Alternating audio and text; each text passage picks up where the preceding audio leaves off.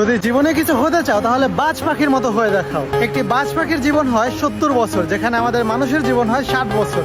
তবে বাজ পাখিটির বয়স যখন 40 বছর হয়ে যায় তখন তার সামনে আসে সব থেকে কঠিন একটি সমস্যা। তখন সে তার জীবনের সব থেকে বড় চ্যালেঞ্জের মুখোমুখি হয়।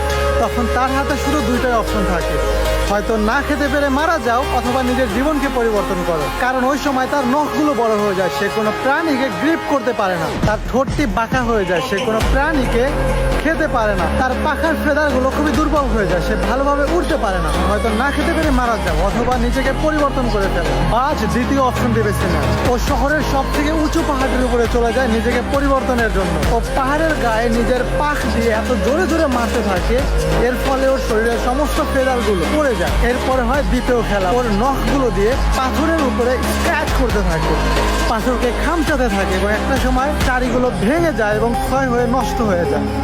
তারপর আছে সব থেকে বড় সমস্যা, ওর ঠোঁট দিয়ে পাথরের উপরে এত জোরে জোরে মারতে থাকে যে ওর ঠোঁটটি সামনে থেকে ভেঙে যায়। এর ফলে ও খুবই অসুস্থ হয়ে পড়ে।